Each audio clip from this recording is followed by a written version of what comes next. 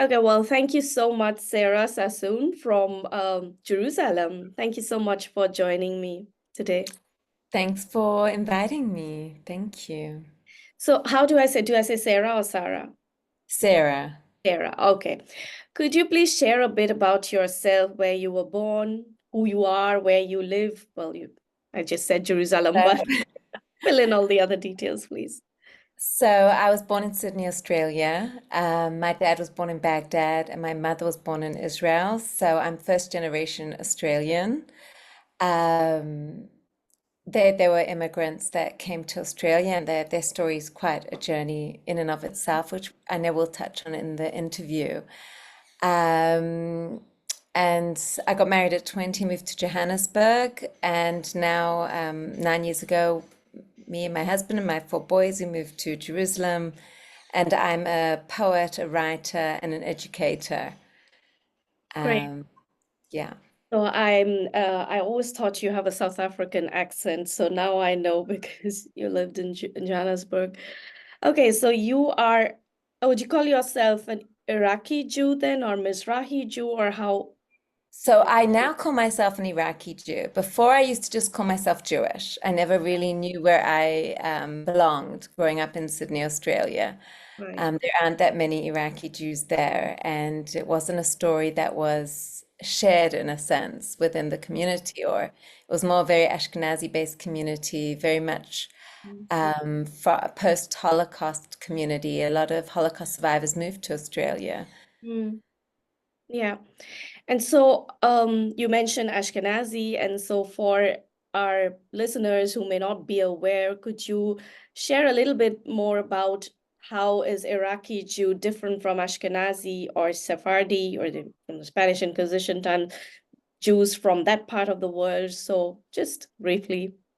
Sure. So, my family are Iraqi Jews. This means that they're actually Babylonian Jews. They come all the way from the time of the Judean exile in 586 BCE, when the first temple was destroyed in Jerusalem. There was the exile of Jews from Jerusalem to Babylonia and Babylon at the time, and they stayed there. There was the return with Ezra and Nehemiah, which is the second restoration, with the Cyrus Edict. But basically, there was always a Jewish community in Babylonia, and that's where my family comes from. They didn't leave. Well, an Ashkenazi Jew are Jews who would have left Babylonia. The truth is, all Jews originally would have come from Judea and then Babylonia. Mhm. And from Babylonia, they left to places like Spain, like Europe. And that's where the new communities emerged of Jews, and they developed different customs. The laws were always the same, and they always kept the laws of Moses, the stories of Jews throughout the world are all the same. Doesn't matter where we come from, we share the same story and the same, I guess, origin story, which is leaving Egypt and coming to Israel as the promised land. Mm, We all share the same Bible. right. So in that way, we're not different, but then our customs and traditions are Mhm. different. And I guess each community carries their own story of what happened to their community. So Mm, we see ourselves as the original Jews because we're the most ancient Jewish mm. community in the world. Yeah, so it's quite incredible that so many Jews lived on in the Iraq or Baghdad region, Babylonia, ancient Yeah. Babylonia, and then yet you kept your Jewish customs and traditions mixed with, you took on the customs of the East as well, which are now prevalent. So, in what ways have you still preserved that Iraqi Jewish identity, let's say? Right. So it's really interesting. I think the biggest pride of Babylonian Jews is the Babylonian Talmud. So Hmm. a lot of the customs are actually from the Talmud. Like we light seven candles on Friday night, while in the European Jews traditionally light two candles and then maybe a candle for each child, depending on their custom. But the seven candles is something more ancient. Um, with the Arab conquest in the 7th century, things became more Arabized. And so the Muslim influences did have an impact on Jewish identity. And my grandparents spoke Arabic. Their dialect, though, was a Baghdadi dialect, which was actually even more ancient than the Arabic the Iraqis speak, because Mhm. it has the traces of Aramaic and Hebrew, which are ancient languages. Mhm. And so that, and also we have a different connection to the prophets because in Babylonia, the prophets were buried. So you've got Right. Ezekiel buried in Yeah. Al-Kifil. You've Mhm. got Al-Ozer, where my grandmother grew up. Her family were custodians of the shrine of Ezra the scribe, who we Wow. know was part of the Second Restoration. So Yeah. she grew up very close to the idea of the Bible, not just being in a book, but being very much alive, like it really happened. And that's a very different way of growing up with Judaism and with the Bible and your sense of being a Jew when you're Yeah. growing up next to the graveside of someone in the Bible, of Ezra the scribe. Yeah. Like it's just a different world to imagine. Yeah. So, So it's not just in the books, but you can see evidence of it, like evidence right, of the people right right. next to When you you. read the Psalm by the rivers of Babylon, we sat down and wept. I Mhm. read it, I'm like, those were my forebears sitting by that river. And I feel it deeply because that's where they stayed. While Yeah. if you're in Europe reading that, you're like, well, where is Babylonia? Where is it exactly? Mm-hmm. Mm-hmm. Yeah. And so you were by the rivers of Babylon, and by the rivers of Babylon, and also the people there were yearning for Zion and Yes, for exactly. Zion. So, which brings me to the next point. Well, let's touch upon this concept of Zionism. So, the world today tries to show Zion is like as if it's a dirty word or something, being a Zionist. But there you have your forefathers, your ancestors sitting by the rivers of Babylon, weeping for Zion. So, what does it mean personally for you, weeping for Zion, longing for Zion?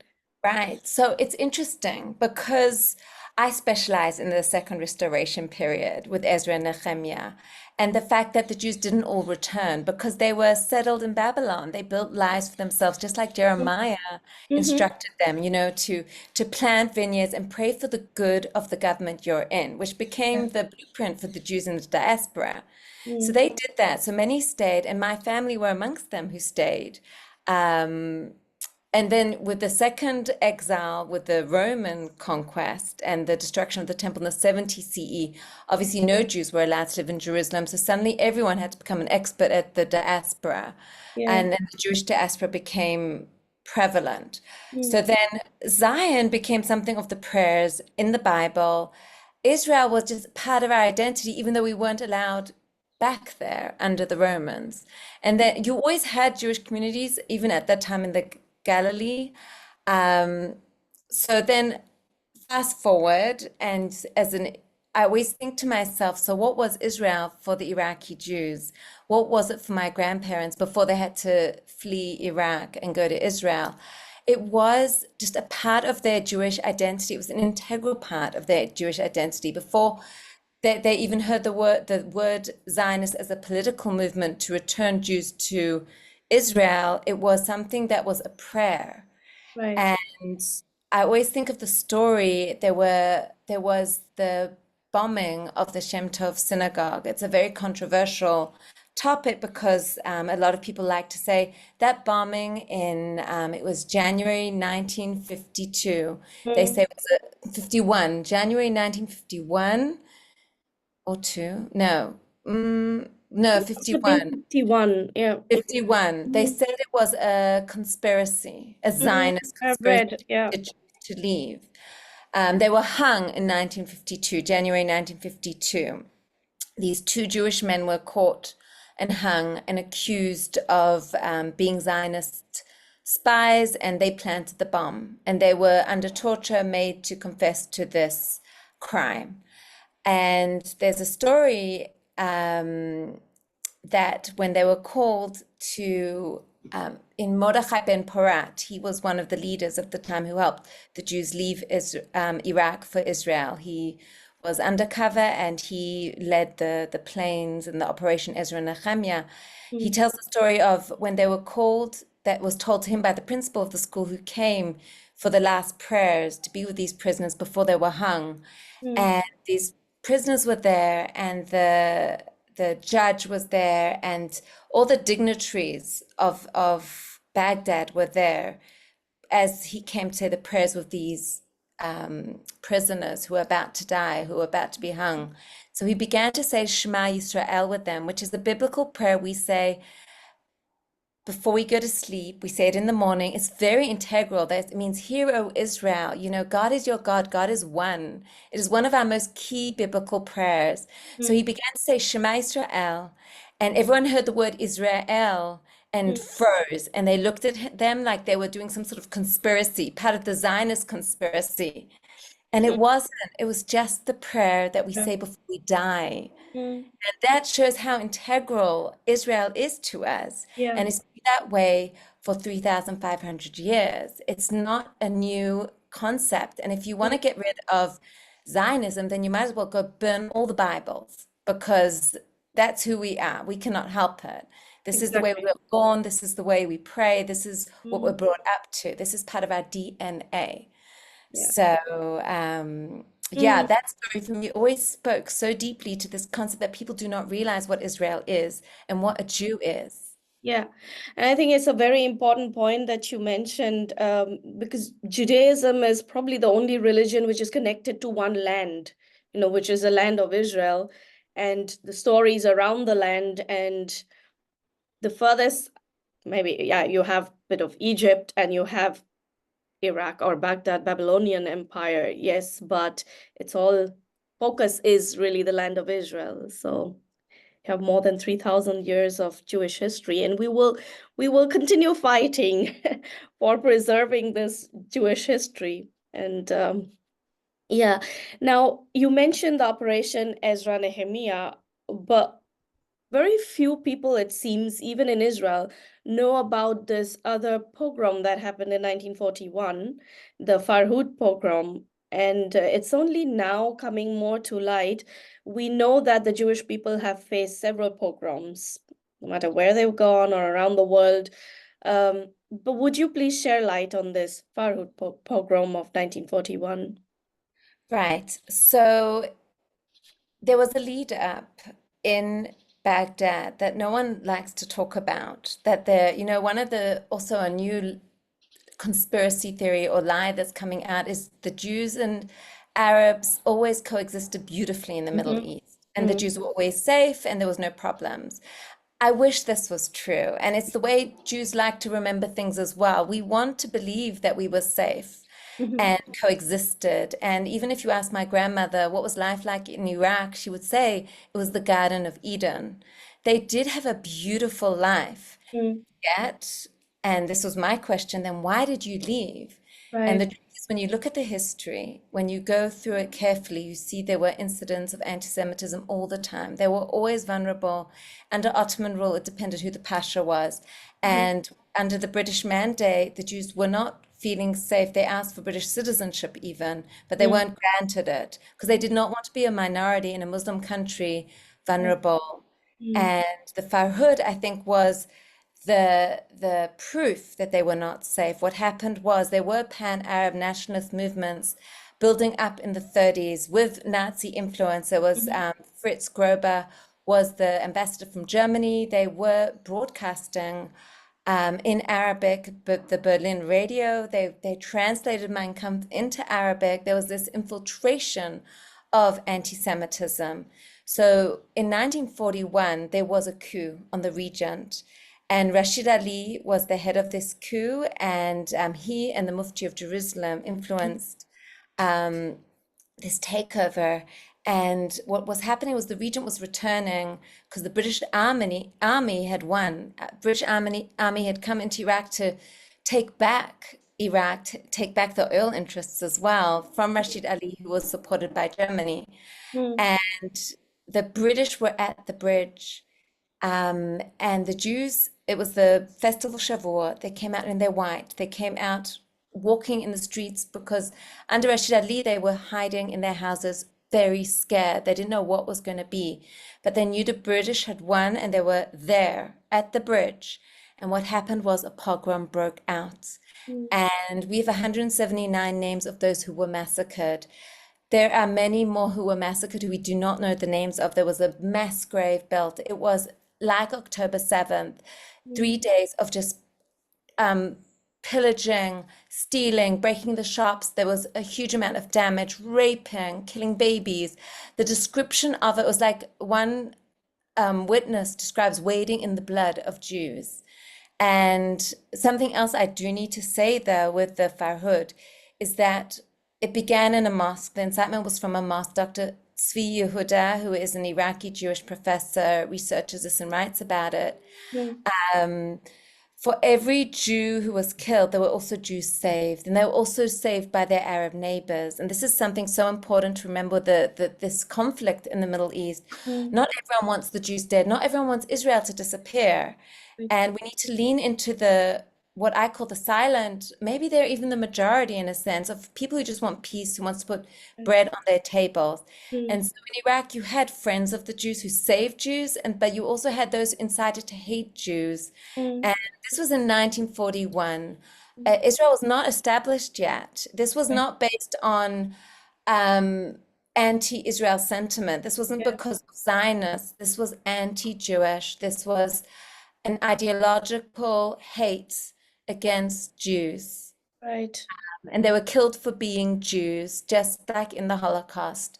Mm, And we cannot forget that. And they did not forget it. The Jews did not forget it. mm, And they weren't allowed to leave Baghdad or Iraq after this. They didn't have passports. They had to smuggle themselves out. And until 1951, when the Taskit law was passed right, and they were given permission to leave only to Israel, yeah, with no possessions could mm, they leave.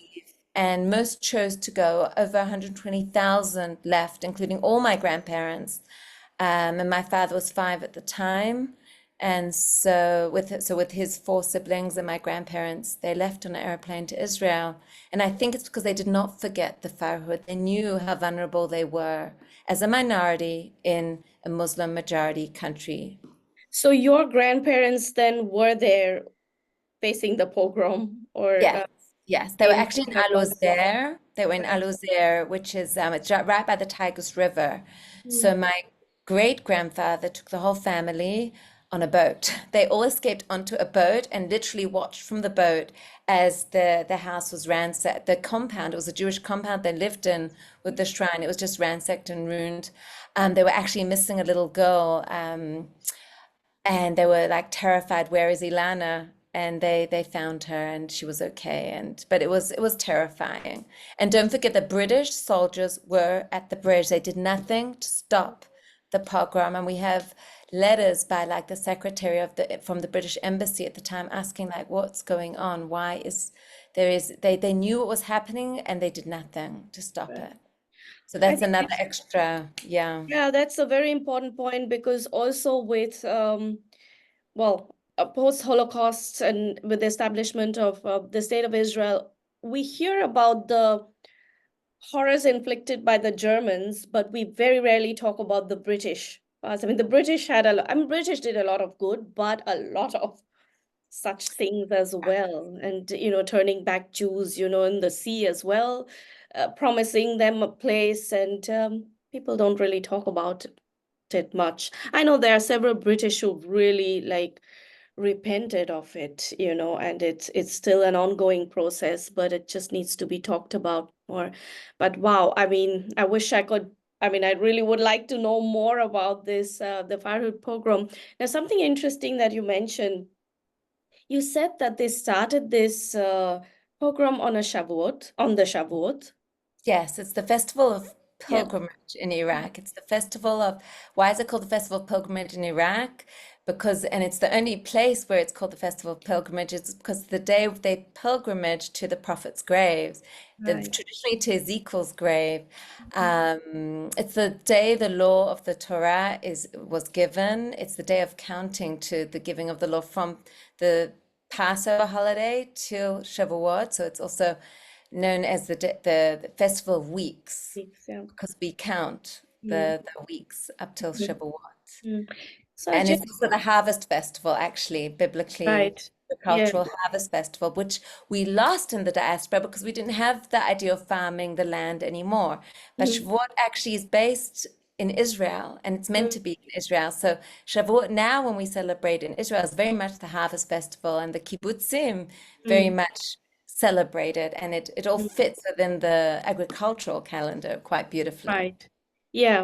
But I mean, I just don't know what it is with the enemies of Israel or the Jewish people always attacking on Jewish festival days or Right, holy right. days, or yeah, the Shavuot is one of the Not main. an accident. It's not an No, it's not accident. an accident. Yeah. So, wow, that's amazing insight, and I just really encourage everyone to, whoever is listening here, to go and research more on the Farhud pogrom and more about the Iraqi Jews.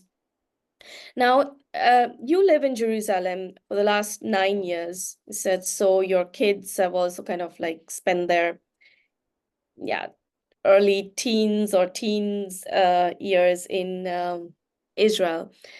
And now, okay, just would you share a little bit about your family, how many kids you have, and then we move to one of your children, especially. Right. So I have four boys. My youngest is 12, then 16, 18, and my 20-year-old oldest son. Mhm. And yeah, they came to Israel when my oldest was 11. We decided we wanted to bring them up in Israel. And we thought if we didn't try it out, how would we ever know if it could work or not? And we knew that if we waited, they'd be too old for the move because it's a difficult move. Mm. So, your eldest is was serving in Gaza, or he's in and out of. Yes. Yeah. Uh, So he's been conscripted. There's conscription in Israel, and so everyone when they finish school, they're part of the duty of living in this country is that you go to the army or you do national service. Mm. So my son was conscripted last year in March.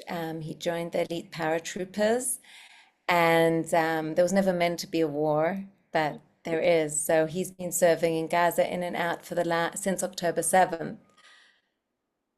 Okay, so I mean, for most mothers, there's just the thought of sending your son to Gaza is, yeah, enough to keep us, give us sleepless nights. So you have faced days where you know your son is in Gaza, you don't know what's coming next, and would you please share with us what goes through your mind and Right. heart? You know, all I can think of is I wish it was me instead of him sometimes, like, because I know this is something we have to do. This is a war we did not choose. We do not want to be at war. We don't bring up our kids to war. Um, but at the same time, and I think October 7th was the big lesson in this, we know that we can't afford not to have an army. We cannot afford not to protect ourselves. Mm, So, as a mother, to send my son to protect me mm, is difficult. right. That's why I wish it was me rather, because our role is to protect our children, and yet our youth in Israel are protecting us. Yeah. And the truth is, the reservists are also protecting us. All these husbands and fathers at the front as well. I mean, after October 7th, even my dentist went. Everyone joined this effort to protect the Jewish people. And it was like the genes, the DNA, the trauma of so many years, which my children have not even experienced because they grew up in a peaceful time relatively, and they from the diaspora, everything kicked in. It's like they knew what they were about. It's like the ancestors came and said, not again. Never again is now. And it's like and I'm sure if you speak not just to Israelis about this, Jews all over the world, it's the genetic kick in Mm, uh, within our bodies of we have a duty to survive. And we do not understand anti-Semitism. We do not understand why the world mm, is treating Israel in the way it is with such injustice. All mm, the words that are used against us is actually how they're treating us. October 7th was a genocide. yeah. It was a killing of men, women, and children indiscriminately. And that was a genocide. What we are doing is trying to protect ourselves. And what we are doing, and it's something my son was brought up in the army, you're protecting everyone in Israel, which includes the 2 million Arabs who live with us. He's fighting side by side with Druze, side by side with Muslim Arabs who joined the army. There Mm, aren't many, but there are enough. And Christian Arabs who are also fighting for Israel because they know the truth of this country, which yeah. is we're protecting everyone. And Mm, I'm proud of my son for that. And um, yeah, it's no one wants to have their son in the army. No one. mm, No one wants to always protect themselves. And Israel knows we have to do it, unfortunately. We have real enemies, and to deny the truth of it is to again send Jews to the to real danger, real mm. danger. Yeah. So, I just can't help but feel that despite all the bad, Israel has a totally different generation, the youth that is growing up. I mean, just imagine they are defending their parents, their nation, whereas the youth in a large part of the world, is busy on their computer games and whatnot, and TikTok, whereas the Israeli youth are fighting, fighting, defending. So what a great testimony, what a country, So in that way, it's all positive. But as a mother, still, um, what do you do? Do you pray when your son is away? Do you light candles? What's your way of hoping to make sure he's safe? So I lean into my Babylonian Jewish roots, my grandmother, and she used to light candles when things were dark. She used to light candles at the beginning of the week, on Saturday night, just to start the week. Lots of candles. And I remember that. And she'd like pray to Ezra the scribe that in his merit we should be protected. So I light candles every night. I've had a memorial candle going since October 7th because there was such a lot of death. And we Mm, have so much to remember and carry forth, and so much to pray for.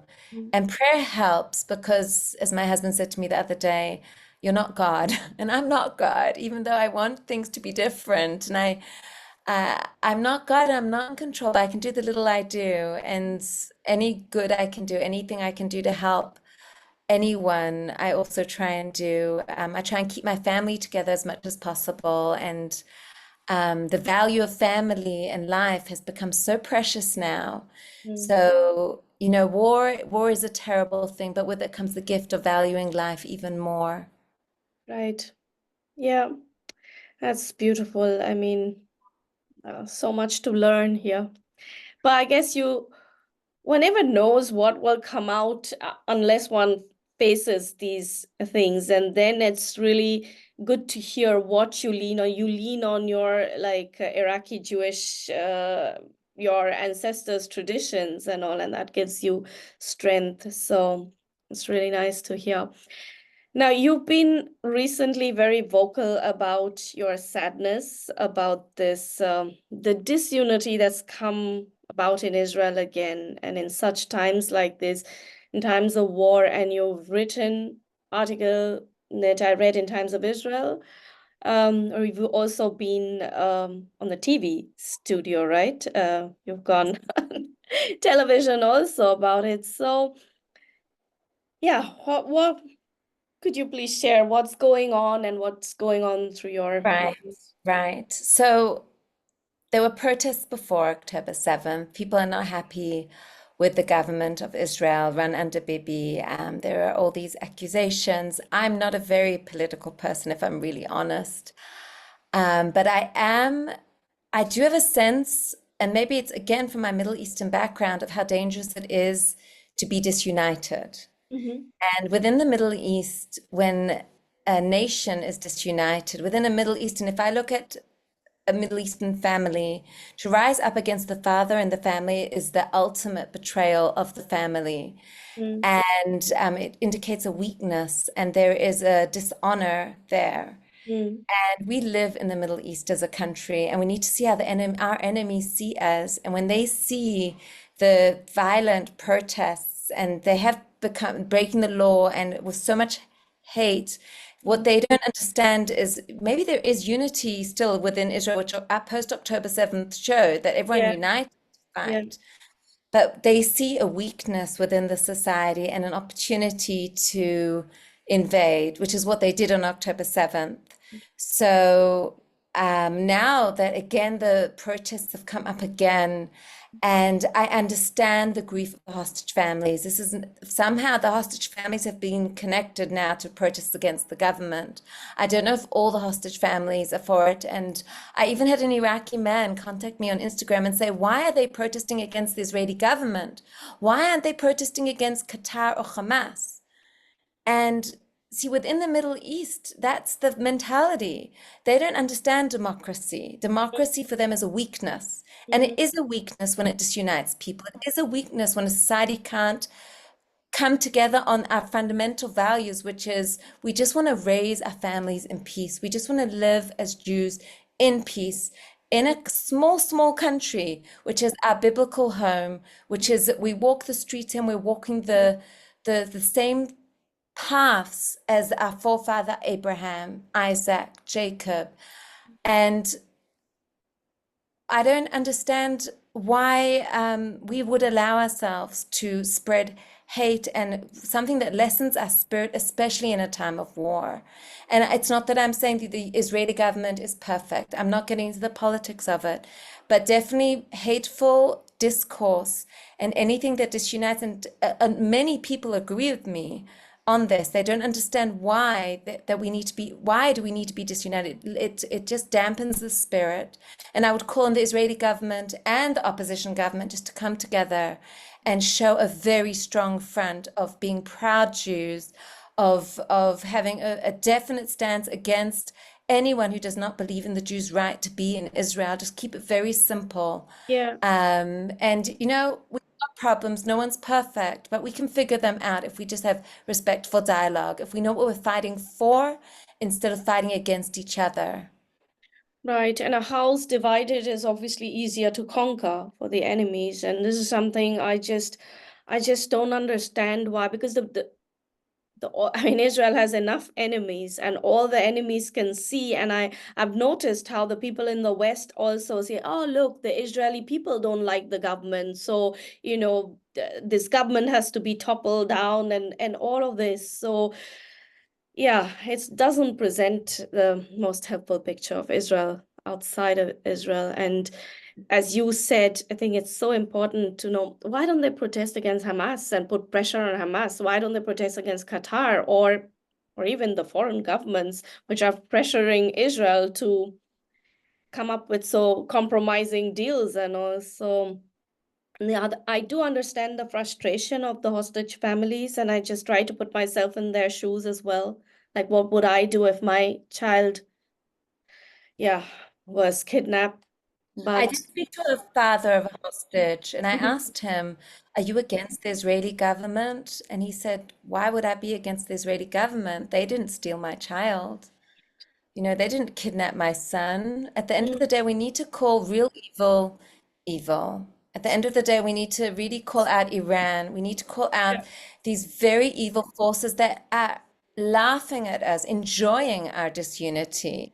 yeah, They want to see us destroy ourselves. We yeah, need to be a bit wiser and less petty and see the bigger picture here, that we're yeah, doing everything we can to bring the hostages home. There is nothing worse for a parent not to have their child in their bed at the dining table. There is nothing worse. And my fear is that many more of us will be without our children if we do not really talk about the real evil and fight the real evil. exactly. The real evil, yeah. And let's face it, even October 7th, I think that the enemies of Israel took the opportunity because Israel was so disunited at the moment. So yeah, we're really praying for unity. Well, thank you so much for sharing all your insights. Before I wrap up, I mean, we are wrapping up already, but before I close this interview, is there any message from your heart that you have for the Jewish people in the diaspora and the allies of Israel around the world? I think it's to keep the faith and to speak out. Mm, It's, I feel like gentle people, people of peace, don't necessarily want to speak out. They want to keep the peace.